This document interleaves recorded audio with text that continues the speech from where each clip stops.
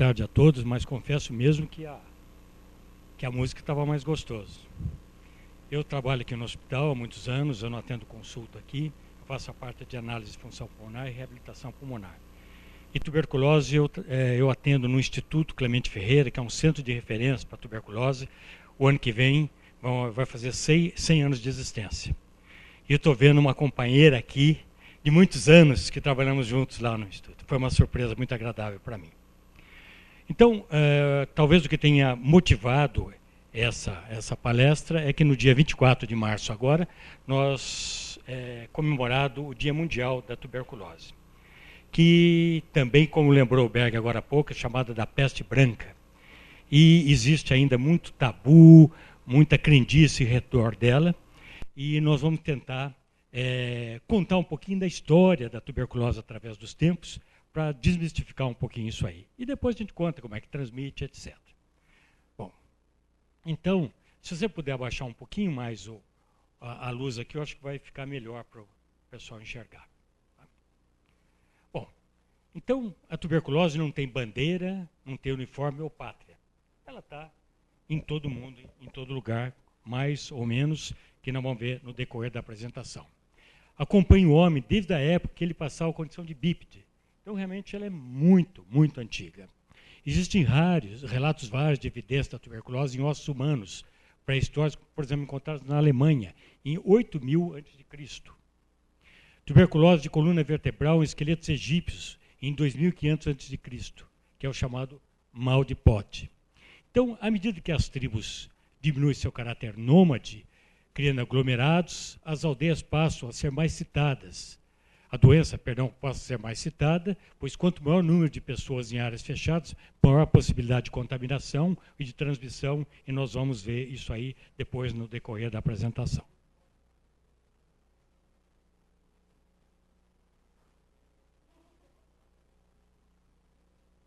Alguém está... Não, então vamos em frente. Veja, alguns exemplos. Em 5.000 a.C., por técnica de carbono 14 em esqueletos, já foram identificados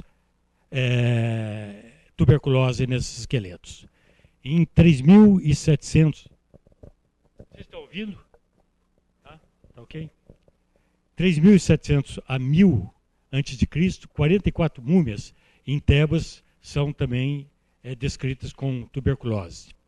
Olha que interessante, 1.300 a.C., Amenófilis IV e sua esposa Nefertiti também morreram de tuberculose. E isso é uma atração do Museu Egípcio aqui de Berlim.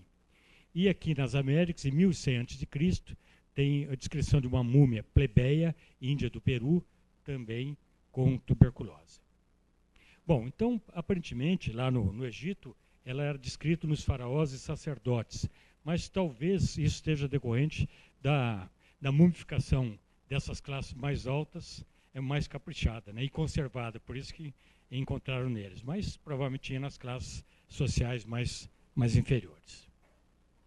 Bom, então continuando a história aqui, em várias civilizações antigas, os males, entre eles a tuberculose, eram considerados como um castigo divino, por falta de conhecimento.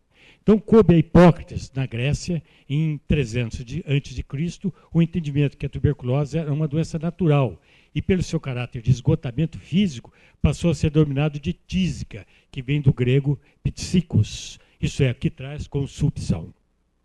E entre os romanos também a tuberculose era relativamente comum e foi citada nos escritos antigos de Plínio Velho, de Galeno, de Areteu da Capadócia, do tempo do Império Romano de Nero. Então conheciam mais o Nero e pouco da tuberculose, né? Bom, continuando aqui a história, as guerras e os povos aumentavam seus domínios e entravam em contato com o bacilo da tuberculose.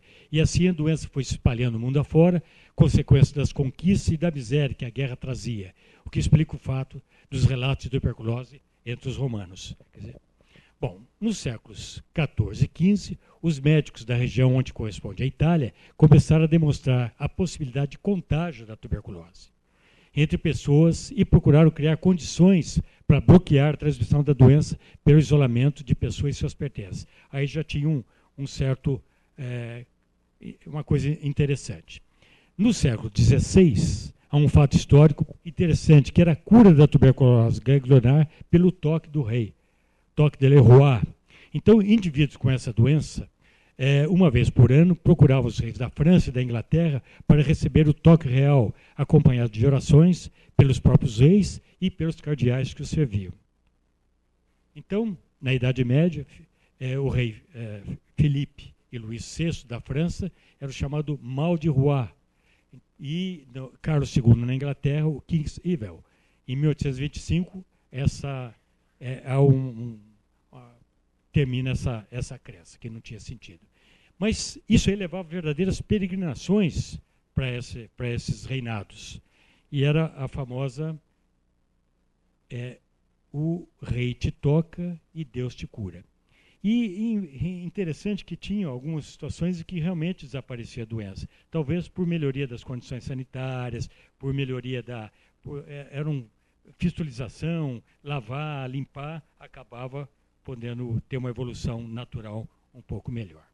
Bom, continuando a história da tuberculose, a partir dos séculos 17 e 18, surge o estudo da anatomia pela dissecação de cadáveres. E autores muito célebres da medicina, como Manger, Morton, Morgani, identificaram estruturas, principalmente nos pulmões e nas vísceras desses doentes tísicos, um aspecto de tubérculos, e a doença passa a ser melhor compreendida e recebe o seu nome atual de tuberculose. Então, verdadeiras batatas lá dentro dos pulmões.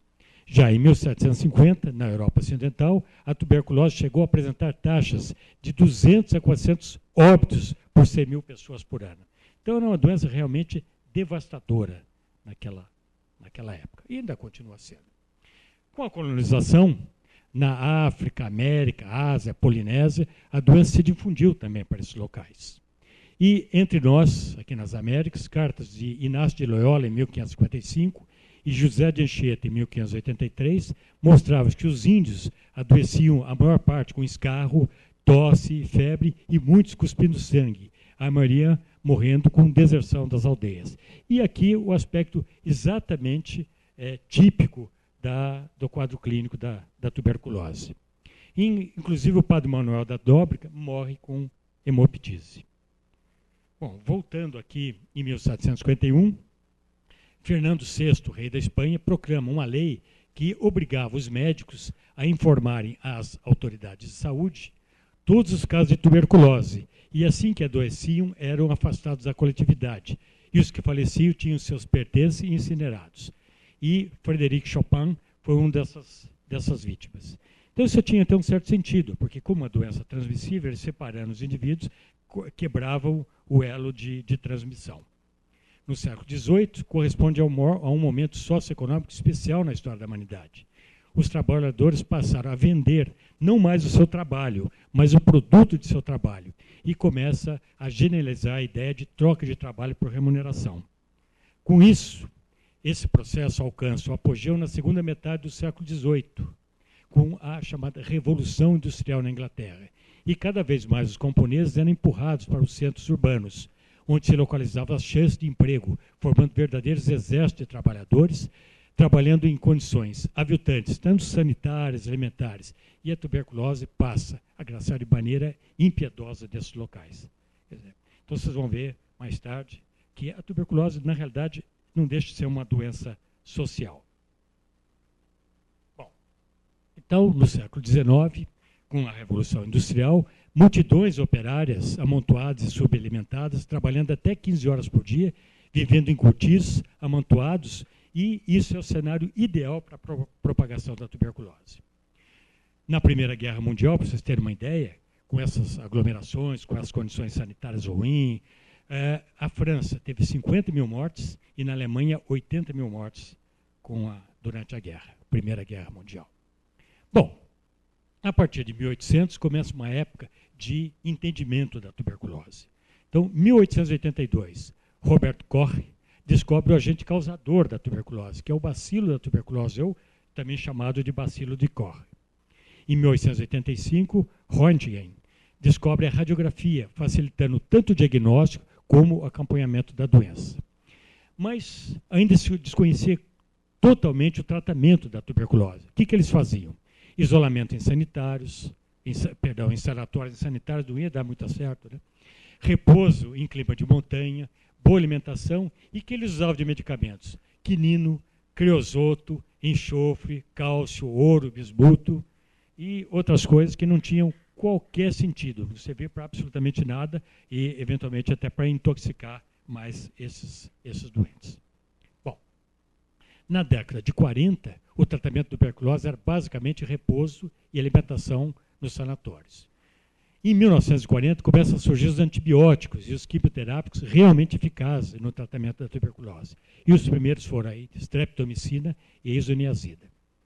Acontece que o bacilo da tuberculose é muito esperto.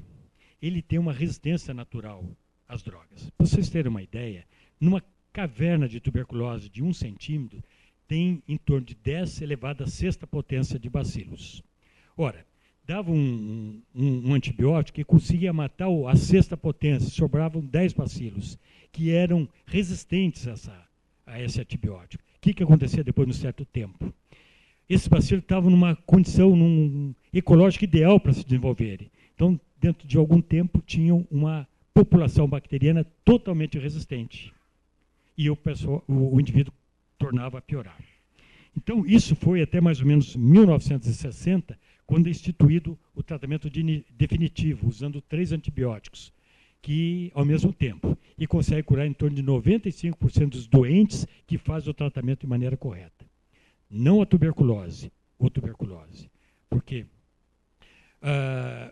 quando o indivíduo vai com tuberculose, faz o diagnóstico, começa a tratar, é muito fácil. Trata e, na maioria das vezes, se tiver um tratamento adequado, correto, como eu vou falar mais tarde, ele se cura. Mas quantos pacientes conseguem ir ao centro de referência, a um centro para tratar, que tem acesso aos centros de saúde? Nem todos. Então, uma certa porcentagem. Desses, uma certa porcentagem não se cura. E aí vai vendo que é muito complexo o tratamento da tuberculose. Bom, então, quando descobriram as medicações, o crescimento do saber levou as nações desenvolvidas a acreditar que no fim do século XX a tuberculose estaria, se não erradicada, pelo menos confinada aos países pobres. Mas os movimentos migratórios e o advento da AIDS puseram esse sonho por terra. E, infelizmente, até hoje existe muito desconhecimento sobre a doença. E estamos aqui para desmistificar um pouquinho a respeito dessa velha dama da peste branca. Bom, então, como eu já disse anteriormente, é uma doença social.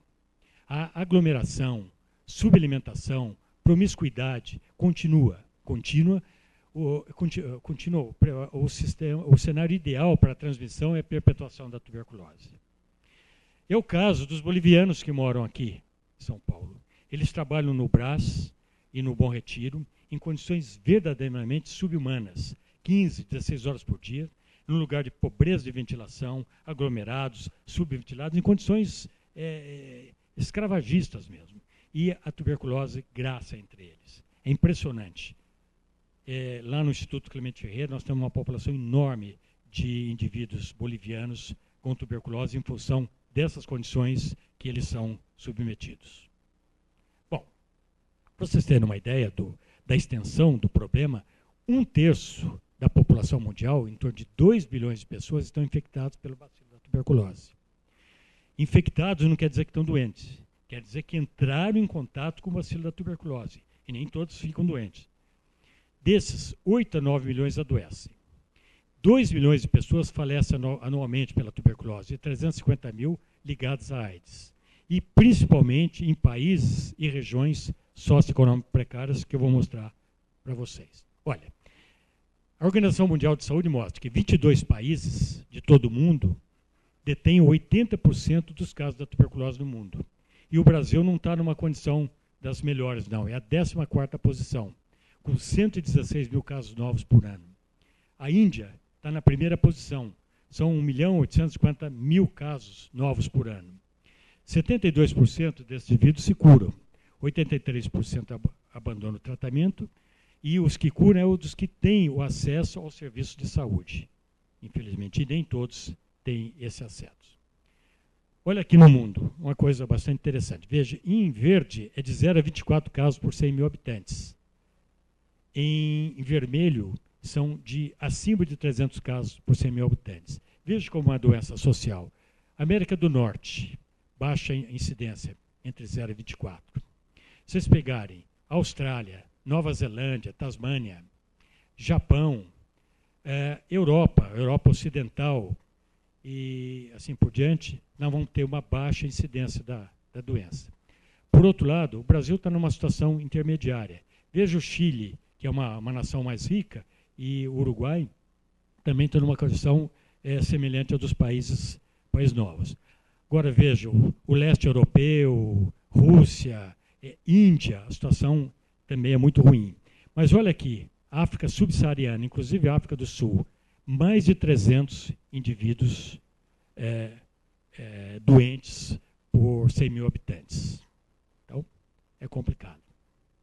E um outro fato interessante, olha aqui na América Central, veja que Cuba, que apesar dos desmandos que tem lá, de uma condição política extremamente ruim, eles têm uma condição de saúde sanitária boa. E olha aqui o Haiti, mais de 300 casos, do lado, né? Mais de 300 casos por 100 mil habitantes. E, então, nitidamente ligada às condições sociais. Bom, então, deixando um pouquinho de história, vamos ver como é que se faz a transmissão. Primeiro, nós temos que ter um caso índex, ou indivíduo doente. E aqui está a representação do pulmão do indivíduo que estaria aqui. Então, traqueia, brônquios e etc. Então, um indivíduo que está doente, quando ele tosse, quando ele fala, quando ele espirra, ele emite essas gotículas. E essas partículas, as levitantes, têm grupos de bacilos. São 1 a 2 bacilos por cada gotícula dessa. As ressecadas, chamadas gotículas núcleos, elas ficam um pouquinho em suspensão, e as maiores não são infectantes, elas vão cair para o solo. Interessante que raios solares infravermelhos e ultravioletas matam esses bacilos. Então, ventilação, sol, vocês vão ver que a transmissão é muito maior em ambientes escuros, em ambientes de pobreza de ventilação. Bom, então o indivíduo contato que está próximo, ele vai respirar essas partículas. E essas partículas vão cair no pulmão e, chegando no pulmão, vai levar a doença. Quer dizer, a grande maioria dos indivíduos que recebem a partícula, eles têm imunidade, a imunidade natural. Eles não vão ficar doentes, mas eles vão ficar com esse bacilo no organismo e podendo, num futuro, com uma queda de imunidade, poder ou não ter a doença. Mas não são todos que vão ficar doentes. Bom, então, reiterando aqui, pobreza de ventilação, aglomeração, escuro, são as condições ideais para a transmissão do bacilo, principalmente intradomiciliar, principalmente intraquarto. Então, à noite, é a hora que os bacilos se divertem e vão transmitir de uma pessoa para outra. Bom, então, como é que é a situação? Quando o germe entra dentro do pulmão, ele faz o que se chama de complexo primário, que está representado aqui. Aqui é um pulmão de cadáver mostrando esse complexo primário. Esse complexo primário pode ou não vir a se desenvolver. E aí o indivíduo apresenta a doença.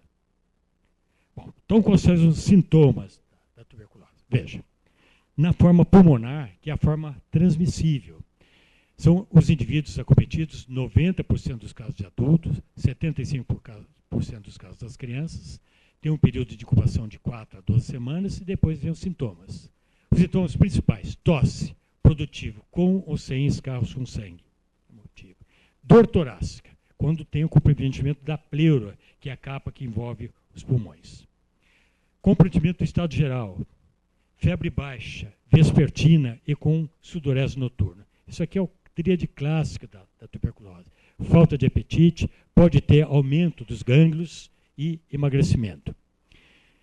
E atenção, deve ser considerado o quadro suspeito de doença, tosse produtiva com secreção por mais de 3 semanas. Aquela tosse de resfriado, que a gente fica 1 semana com tosse, tudo isso não tem cura sozinho, não tem importância. Mas está tossindo há mais de 3 semanas, é muito importante procurar assistência médica, que a tuberculose entra no diagnóstico diferencial. Então, repetindo aqui, tosse há mais de 2 ou 3 semanas pode ser tuberculose. Procure o serviço de saúde, faça exame de carro, radiografia, principalmente avaliação médica. E não é só em homem não, viu? Está vendo que tem uma predominância de mulheres aqui, as mulheres também podem ter tuberculose. Bom, então como é que é a doença?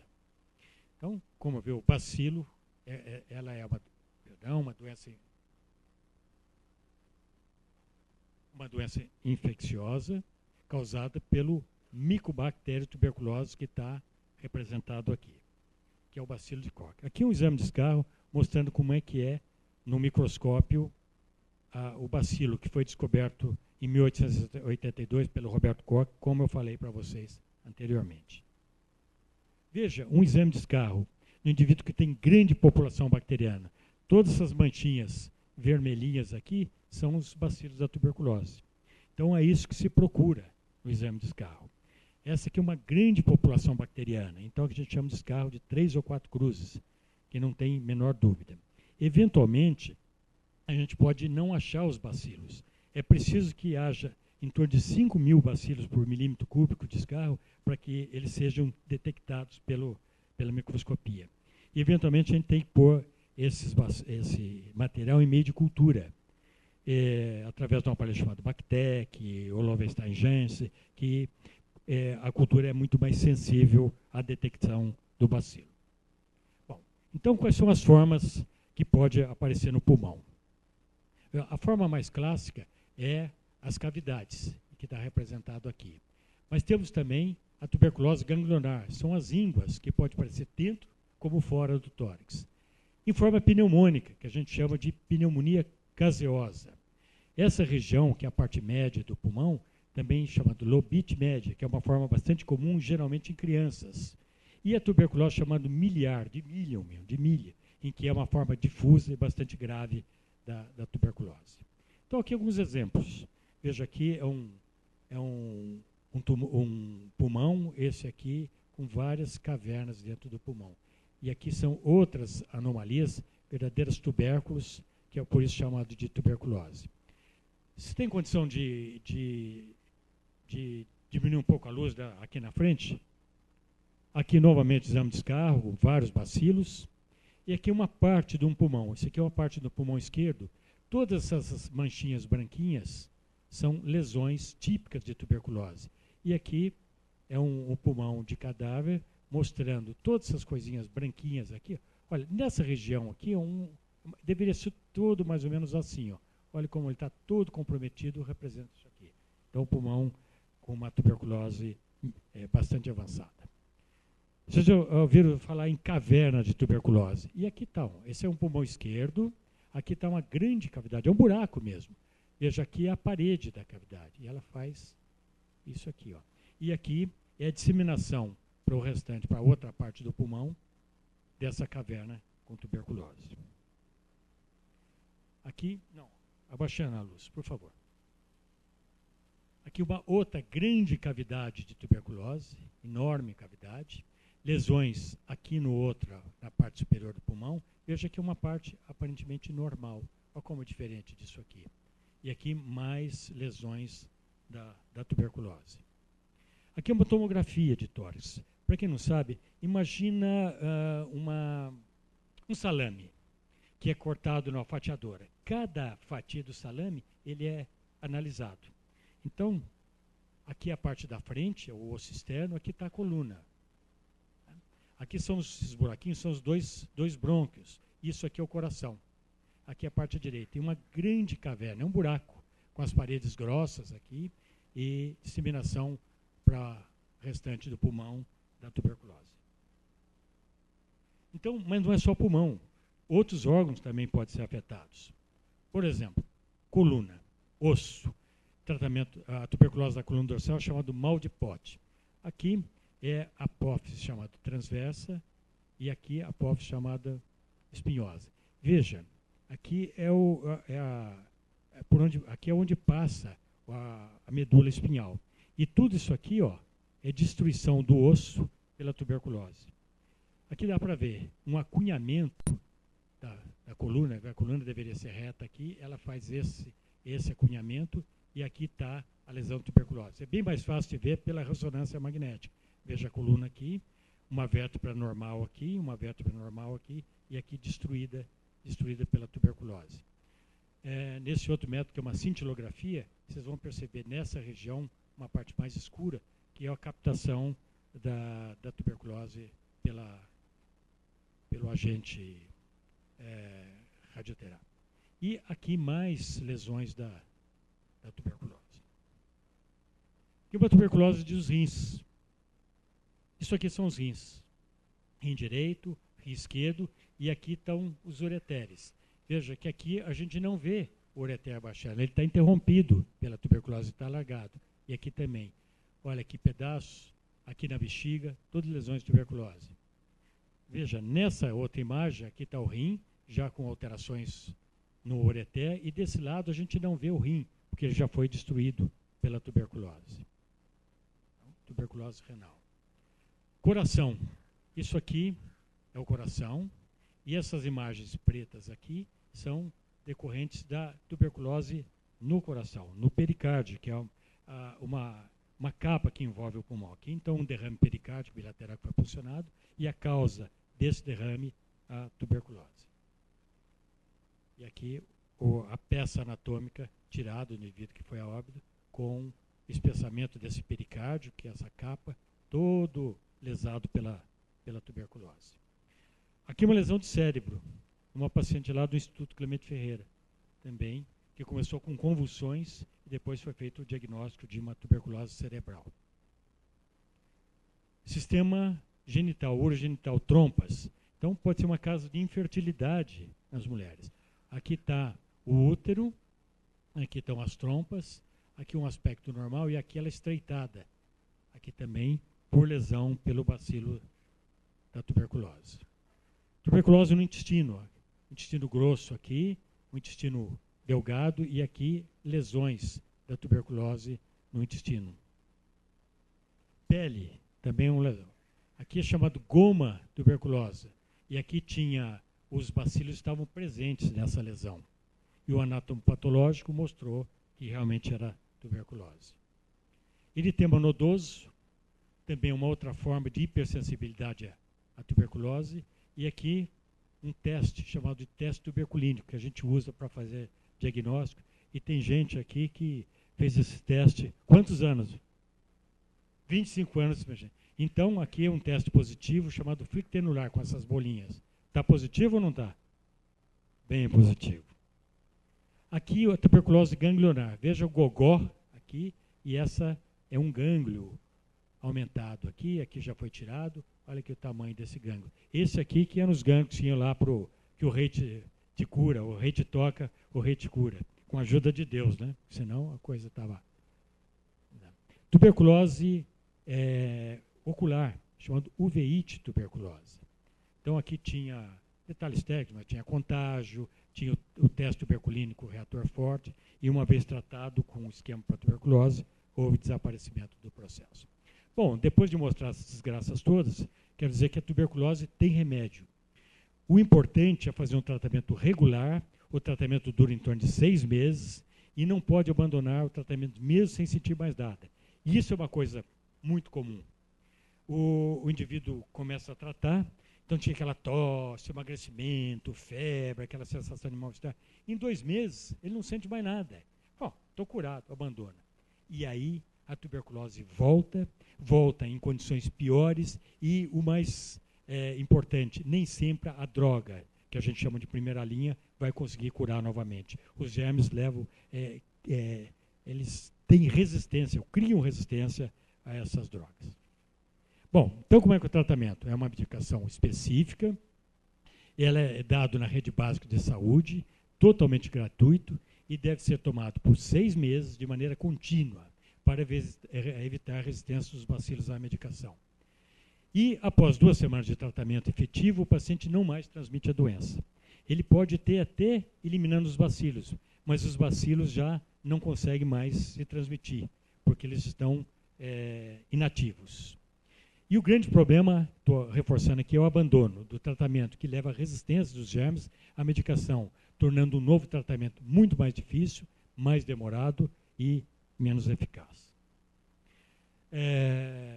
O Instituto Clemente Ferreira, em 1913, foi fundado, em 2003 fez 90 anos, e o ano que vem gostaríamos de comemorar os 100 anos. Eu quero agradecer a todos e estamos à disposição para alguma pergunta que queira ser feita.